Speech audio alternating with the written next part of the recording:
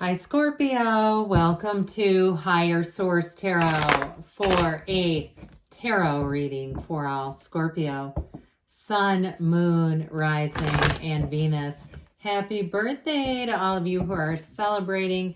I can't tell you enough how much I love each and every one of you, and I hope you are enjoying your season just as much as I am. Now, we're going to get into this today, but I do want to welcome anyone who is new here and let you all know that I post new readings on Friday, then again on Monday. Fridays are always a general reading. Mondays are a different style every week. I've also been adding in Wednesday readings here and there, so if you don't mind hitting the like button on this reading, it will help so people see the reading, but it will also tell YouTube when that Wednesday reading is posted to put it in your algorithm. All right, what advice do you have for Scorpio? Sun, Moon, Rising, and Venus. What does Scorpio need to know, please, for the best and highest good of all involved with Scorpio? Messages for Scorpio, please. Alrighty, we are going to lay out the tarot, and then we'll pull a Sacred Destiny Oracle card to bring the whole thing home. You have the Hierophant, the Three of Cups, the Queen of Pentacles, the Eight of Cups, the Ten of Wands, the Four of Swords, the Two of Wands, and the Sun. All right, here comes the Sun. I get it. I see this as walking away from something or walking onto something better, but maybe bittersweet. It feels a bit like I did get somebody getting a job offer, and I do feel like that's going to be a bittersweet ending, but it's really for your best and highest good. You have the hero's journey here. All right, what else does Scorpio need to know, please?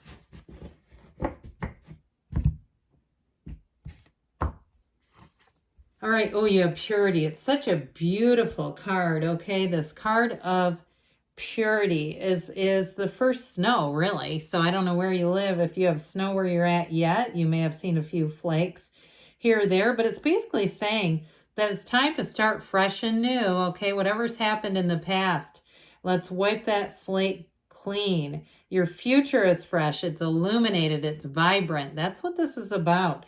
And so as you move forward, it's a time of forgiveness and healing.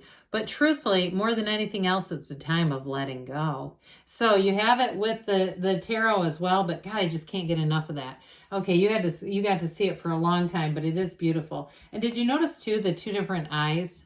Did you notice that one's green and one is blue? Okay, we have here Taurus. We've got water, fire, air, earth, all the elements. But you know what? I might as well do this while we're thinking about it. You've got here finding a match, all right, between the unity of the Hierophant and the sunflowers in the energy of the sun. The sun is one of the most positive cards in the deck, by the way, but this is coming together. Now, for some of you, if it's your sun sign and you have anything planned, or even if it's an impromptu getaway or getting out for an evening, it's going to be great. It's having the right people around you where you can laugh until your sides ache. I do feel like, though, for some you have engagement and marriage here. So if you're not in a relationship right now, this is a great time to start one, especially in this energy. This is when you want to attract somebody new. We don't want to like attracting when we're down and out. And so it may open a door. Your birthday may open an opportunity or a door for somebody to slide right in there and see what you're up to. So the Hierophant definitely brings in like-minded people, but it's also too high moral ground. So I do get if you're leaving a job or you're moving on from a living situation, just a little bit of that feeling of gratitude, but just that touch, very minimal touch of guilt. Kind of like these people were with me during a very important period. Now, even if it's something else, like you went through some challenging period and maybe you went to a therapist or a book study or a particular gym or training and you're moving on from that, what I see is that it's just one of those situations that was with you for a season. It was supposed to be with you for a season, and they don't wish anything bad upon you or anything like that, or even think, how could you?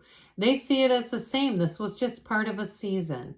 And so as you move into the Hierophant energy, This is a time when your skills become sharpened, when you have, in terms of a job, you have a job that invests a great deal into you.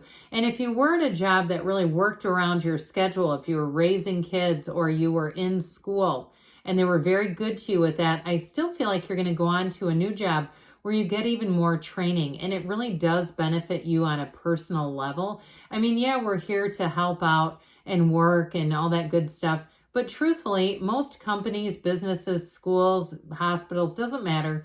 If they're not making the money they need to, the employees are the first to go.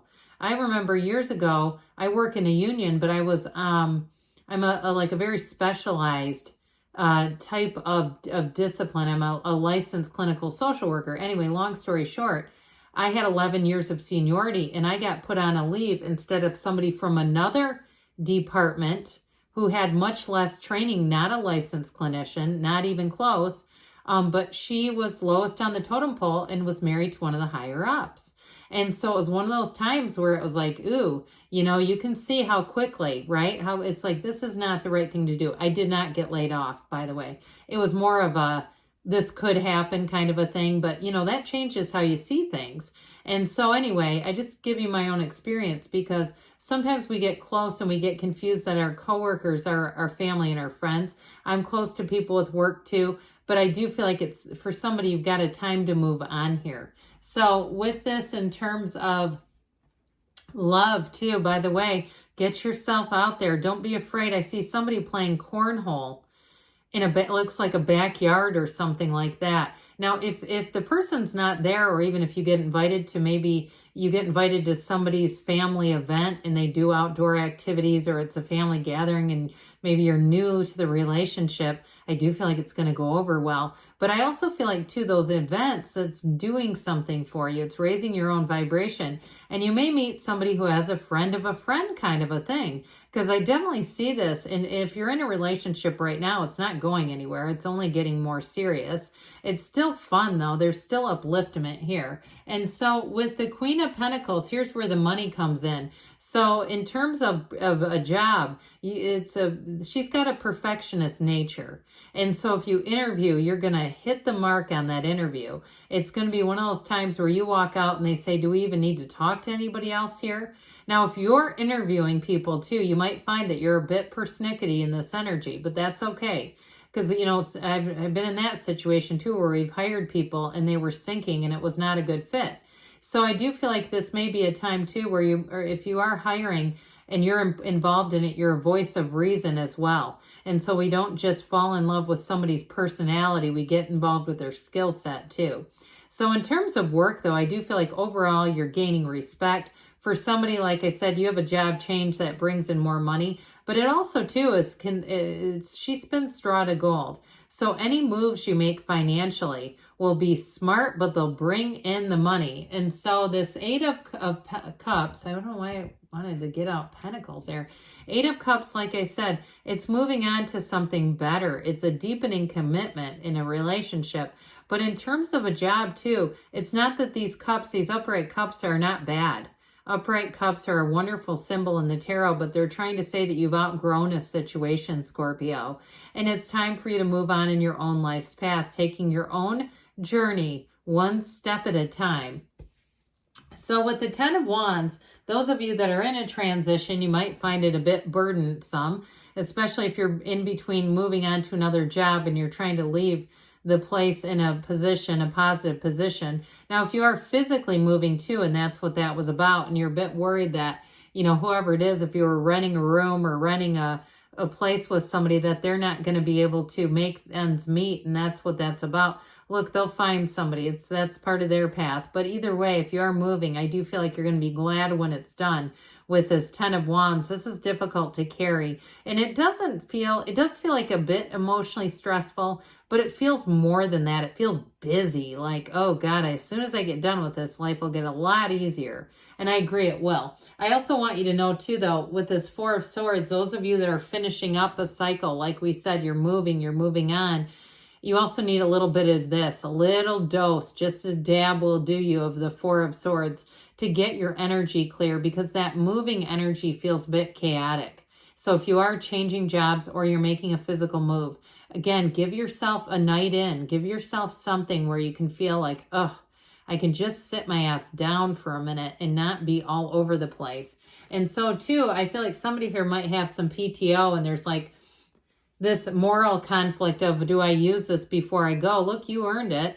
I mean, you would have taken it anyway, but either way, that's your choice to make. So with the Two of Wands, you, like I said, you're growing out of something and you're going on to something that fits you a whole lot better and is going to provide you with more opportunities. And now if it's a relationship with this Two of Wands, I feel like you're going to be making plans for the future. You're going to be in that place where you see a future together. And so if you meet someone, if you're single now and you meet someone soon, I do feel like right off the bat, they're going to be talking to you about in the future and that sort of thing, vacation, that kind of conversation is going to be easy and natural. So, ta-da, the energy of the sun. Everyone loves to see this in the tarot. I know I sure do. It's one of those cards I say, if you're making a vision board, make sure you have room for this because it's peace and joy, it's success. It's also, too, a time of illumination in your life. Everything is illuminated in the sun. It's where you have this feeling of complete and total understanding, a complete and total feeling of peace, really. And so it's heaven on earth, and it's truly saying that you will be proud. Anybody that's moving or making a change with a job, you're going to be very, very proud of your accomplishments and the person you become. That's what it's all about, high vibrational energy. So in terms of a relationship, it's a perfect match, but it's definitely achievement, glory, success.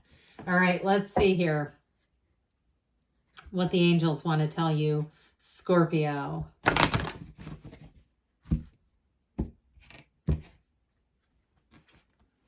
What else does Scorpio need to know? Messages for Scorpio, please. Compromise. Those scales of Libra come out into the reading. So compromise and balance. I also get it with that Four of Swords and taking a break. Remain positive, they say. And you've got recovery. So again, this is an energy of being focused on some self-care and moving forward in a way that's not too taxing. Take action, they say, and don't stop. Okay, good things are on the way for you, Scorpio. I love you, and I'll be back again soon.